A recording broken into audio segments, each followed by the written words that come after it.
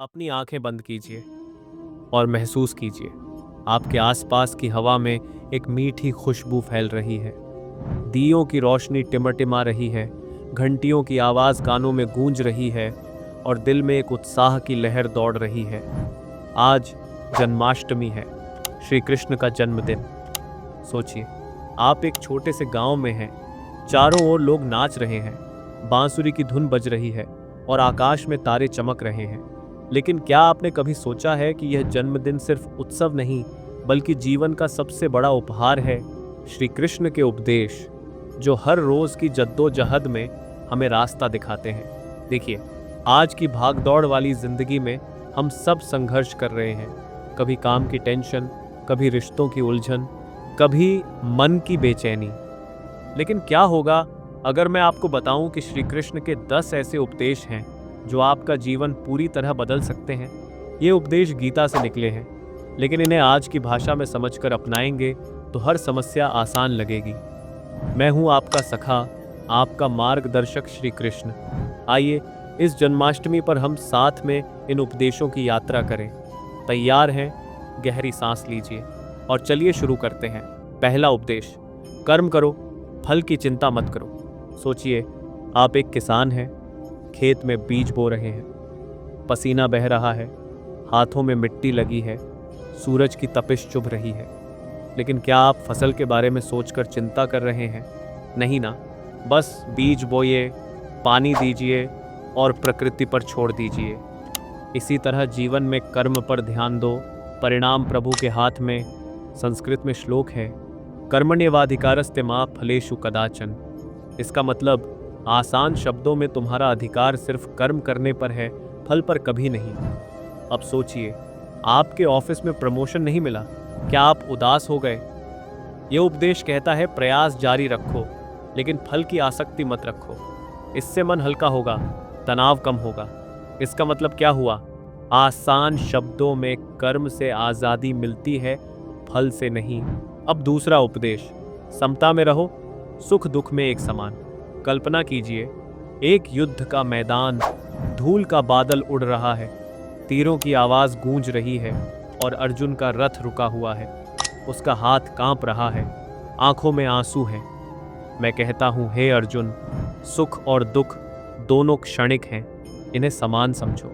आज की दुनिया में देखिए, एक दिन नौकरी मिली, खुशी हुई, दूसरे दिन नुकसान हुआ, दुख हुआ।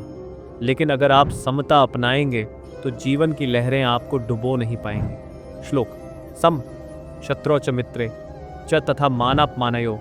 सरल अर्थ, शत्रु और मित्र में, मान और अपमान में समान रहो। सोचिए, कोई आपको तारीफ करे या आलोचना, क्या फर्क पड़ता है? यह उपदेश जीवन की बैलेंस सिखाता है। तनाव आया, गहरी सांस लो और याद करो, सब अस्थाई है। इसका मतलब क्या हुआ? आसान शब्दों में समता से शांति मिलती है, उतार चढ़ाव से नहीं। तीसरा उपदेश, निष्काम सेवा करो।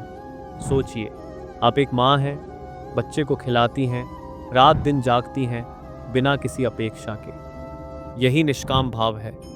गीता कहती है, कर्म योग में सेवा करो, लेकिन फल की इच्छा मत रखो। आजकल हम सब सोचते हैं, मैंने मदद की, बदले में क्या मिलेगा? लेकिन श्री कृष्ण कहते हैं, सेवा से आत्मा मजबूत होती है। श्लोक, योग कर्मसु कौशलम। अर्थ कर्म में कुशलता ही योग है।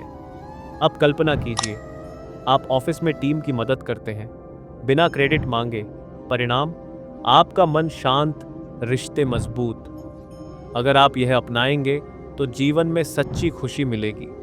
इसका मतलब क्या हुआ? आसान शब्दों में, सेवा से स्वार्थ खत्म होता है, शांति आती है। चौथा उपदेश, मन को वश में करो। अपनी आंखें बंद कीजिए, महसूस कीजिए, आपका मन एक जंगली घोड़े की तरह दौड़ रहा है, कभी अतीत की यादों में, कभी भविष्य की चिंताओं में। मैं कहता हूँ, अभ्यास और वैराग्य से मन को काबू करो। आज की तेज रफ्तार जिंदगी में स्मार्टफोन, सोशल मीडिया सब मन को भटकाते हैं, लेकिन अगर आप ध्यान लगाएंगे तो शक्ति मिलेगी। श्लोक, अभ्यासेन तु कौन्तेय वैराग्येण च गृह्यते। सरल अर्थ, अभ्यास और वैराग्य से मन नियंत्रित होता है।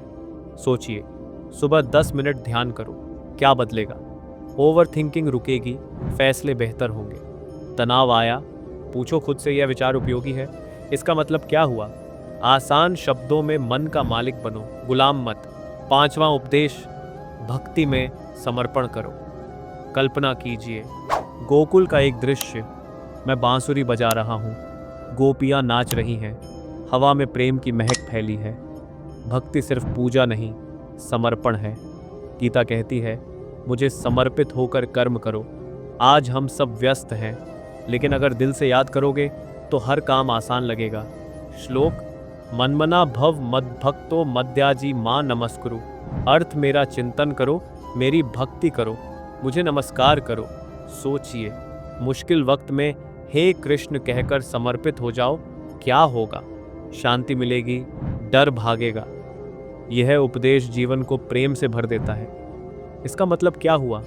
आसान शब्दों में भक्ति से बोझ हल्का होता है। अब छठा उपदेश, धर्म का पालन करो।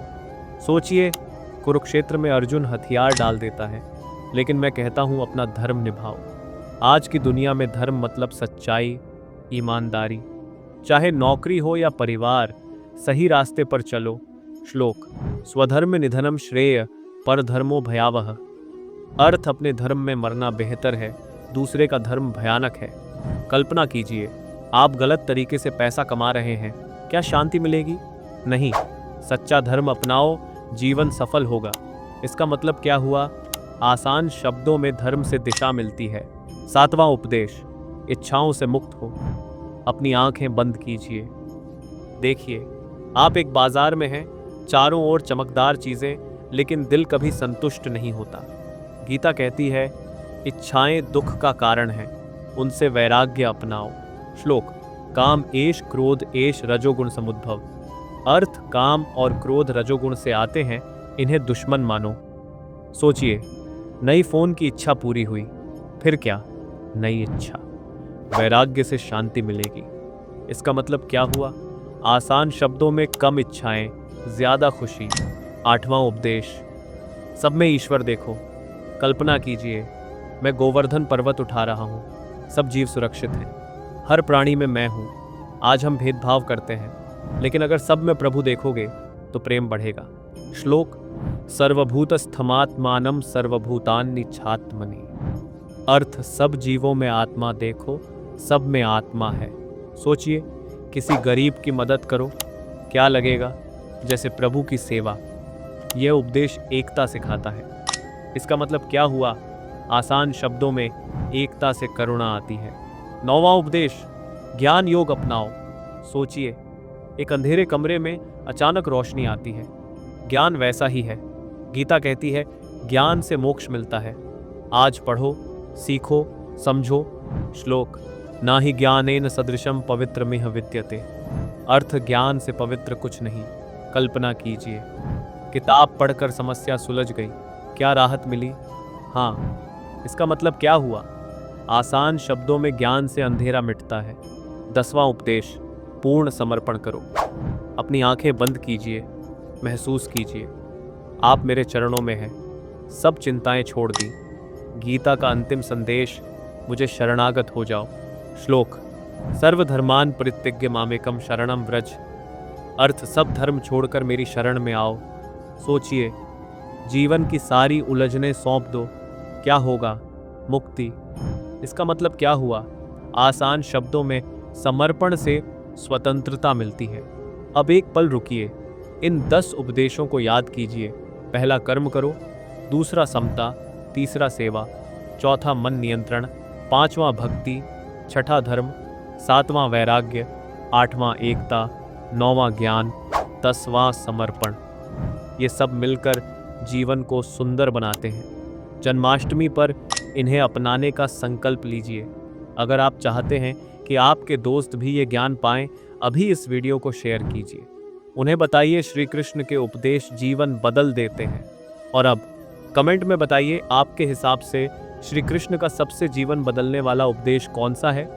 कमेंट में ज़रूर लिखिए, हम सब मिलकर चर्चा करेंगे। जय श्री कृष्ण।